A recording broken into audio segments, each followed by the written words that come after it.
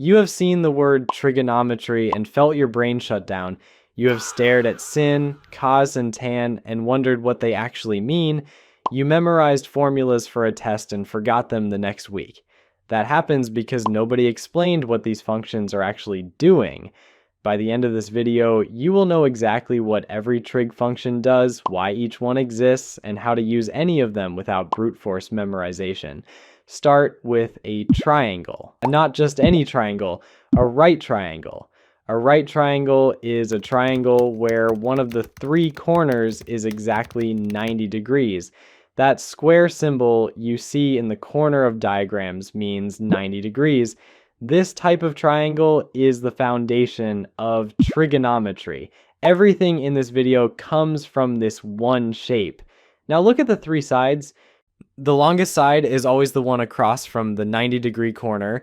That side has a name. It is called the hypotenuse.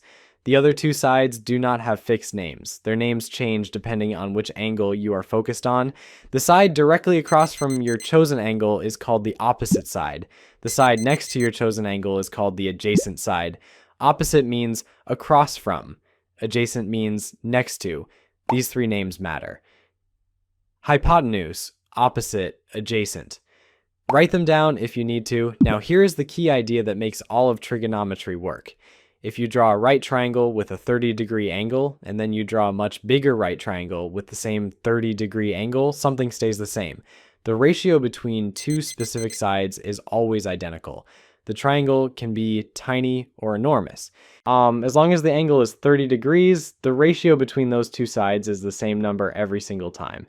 That is not a coincidence. That is a rule of geometry. And it is the entire reason trigonometry exists. Trig functions are just a way to name and use those ratios. Here is what sine means. Sine is a ratio. Specifically, sine is the opposite side divided by the hypotenuse. That is it.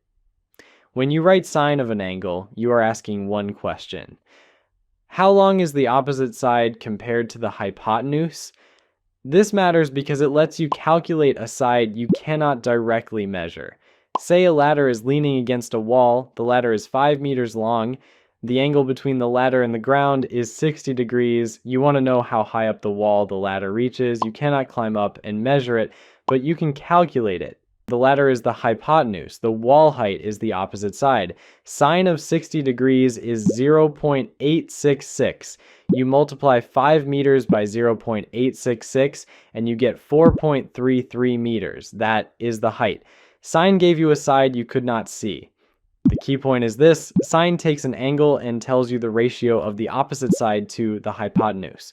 Once you know that ratio, you can find any missing length. Here's what cosine means. Cosine is also a ratio. Cosine is the adjacent side divided by the hypotenuse. When you write cosine of an angle, you are asking a different question. How long is the side next to the angle compared to the hypotenuse? Go back to the same ladder leaning against a wall. The ladder is 5 meters, the angle at the ground is 60 degrees. This time, you want to know how far the base of the ladder is from the wall. The base distance is the adjacent side. Cosine of 60 degrees is 0.5. You multiply 5 by 0.5 and you get 2.5 meters. The base of the ladder is 2.5 meters from the wall. Same ladder, same angle. Sine gave you the height. Cosine gave you the base distance. Two different questions, two different ratios, two different answers. The key point is this: cosine takes an angle and tells you the ratio of the adjacent side to the hypotenuse. Here is what's actually happening when you use sine and cosine together. These two functions are doing opposite jobs. When an angle gets bigger, the opposite side grows and the adjacent side shrinks, right? So sine goes up and cosine goes down. And when an angle gets smaller, sine goes down and cosine goes up. They move in opposite directions. That is not a rule you memorized. It follows directly from the shape of the triangle changing. A steeper angle means more height and less base distance. Here is what tangent means. Tangent is the third ratio. Tangent is the opposite side divided by the adjacent side.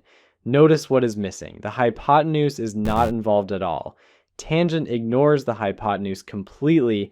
When you write tan of an angle, you are asking, how does the height compare to the base distance? Another way to say it, how steep is this angle? Here is a concrete example.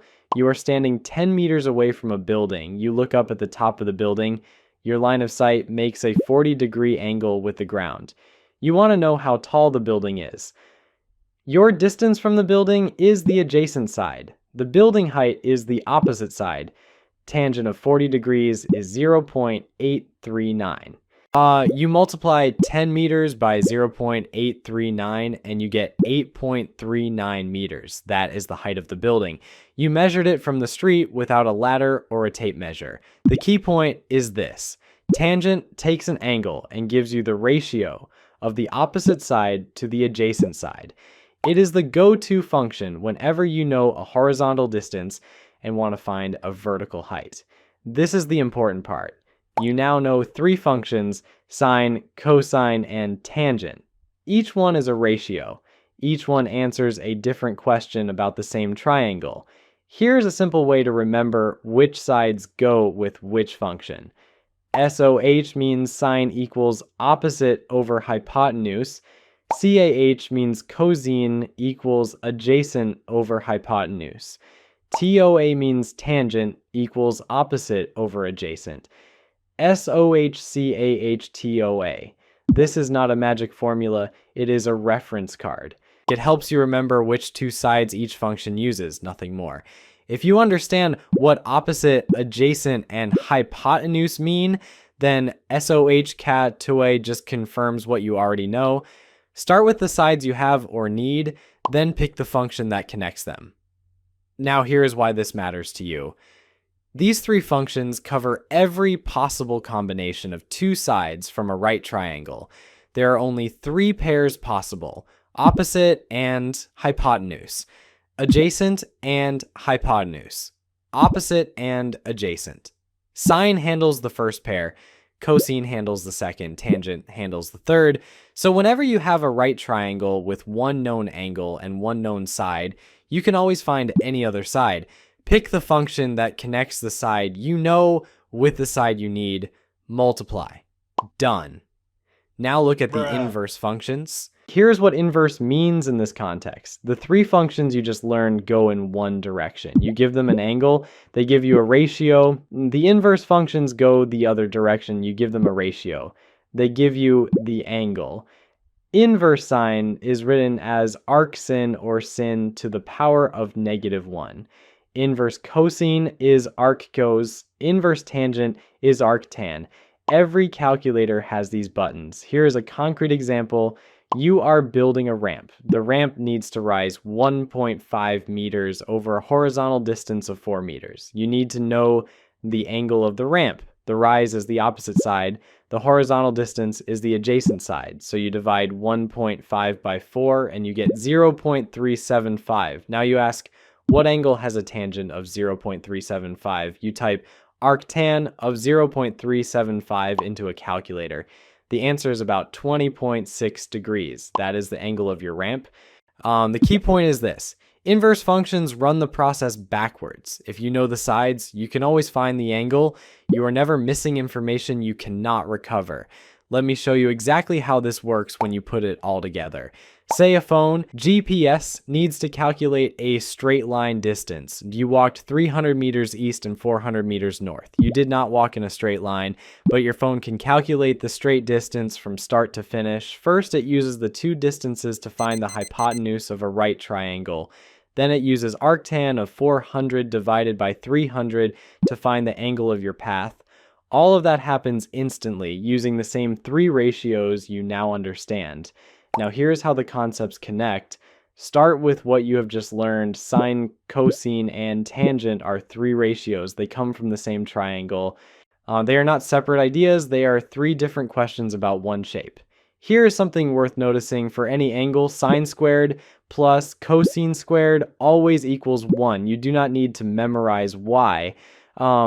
Just notice that sine and cosine are always connected. When one is large, the other is small. They are linked. Here's something else worth noticing. Tangent of any angle equals sine divided by cosine. If you already know sine and cosine for an angle, you automatically know tangent These functions are not independent. They are built from the same underlying ratios. The 6 functions together form a complete system. Sine, cosine, and tangent let you move from angles to sides. Arcsine, arccos, and arctan let you move from sides to angles. With those 6 tools and one right triangle, no information is ever out of reach. Now here's what most people get wrong. The first mistake is confusing opposite and adjacent. Remember, these names are not fixed positions on the triangle. They depend on which angle you are working with. The same side can be opposite for one angle and adjacent for another angle in the same triangle. Before you write anything down, identify which angle you are using, then label the sides from that angle's perspective. The second mistake is reaching for sine when tangent is the right choice. Sine always involves the hypotenuse. If the hypotenuse is not part of the problem, sine is not the right function. If you have a height and a base distance and no hypotenuse, use tangent. The third mistake is using basic sine, cosine, and tangent on triangles that do not have a 90-degree angle. These 3 functions only work on right triangles. If your triangle has no right angle, a different set of rules applies. Those rules exist, and they work. But they are not what you learned today. Know the boundary.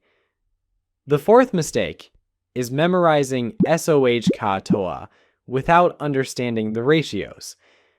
The letters only help if you know what opposite, adjacent, and hypotenuse mean in your specific triangle. If you skip that step, the letters become useless sounds. Always label the triangle first, then use SOH CAH TOA as a confirmation. The fifth mistake is forgetting that inverse functions exist. Students learn to go from angles to sides, then they get stuck when the problem gives them sides and asks for an angle. The inverse functions exist precisely for that situation. If you know the ratio, you can always find the angle. The process runs both ways. Now here is where you actually use this. The construction workers use trigonometry to calculate roof beam lengths. The angle of a roof is known. The width of the house is known. Sine or cosine gives the exact beam length without measuring the beam directly. Surveyors use tangent to measure the height of structures, like stand at a known distance, measure the angle to the top, multiply. The height appears without climbing anything. Game developers use sine and cosine constantly. When a character or object moves at an angle in a game, the code uses these 2 functions to split that diagonal movement into a horizontal part and a vertical part. Every smooth movement you see on screen involves these ratios. Phone navigation uses all of these functions every time it calculates a route. Any path that is not perfectly horizontal or vertical involves a right triangle somewhere in the calculation. Here's one you can try yourself. Stand a fixed distance from a wall. Open your phone compass or protractor app. Measure the angle from your eye to the top of the wall. Multiply that distance by the tangent of the angle. Compare your answer to the actual height. You will be close. That is trigonometry working in real life in under 2 minutes. Here is what you now know. Sine is the opposite side divided by the hypotenuse. It tells you how tall a triangle is relative to its longest side. Cosine is the adjacent side divided by the hypotenuse. It tells you how wide a triangle is relative to its longest side. Tangent is the opposite side divided by the adjacent side. It tells you how steep an angle is. SOH CAH TOA is a reference card. It connects each function to the 2 sides it uses. Label your triangle. Pick the function that connects what you have to what you need. Multiply. The inverse functions run the process backwards. Arcsine, arccos, and arctan take a ratio and return the angle. All 6 functions exist because of one fact. The ratio between 2 sides of a right triangle stays constant for any given angle, no matter the size of the triangle. You now know what every trig function does. You know what each one measures. You know when to use each one. That understanding does not disappear after a test. It stays with you because it is based on what the functions actually are, not on memorized rules.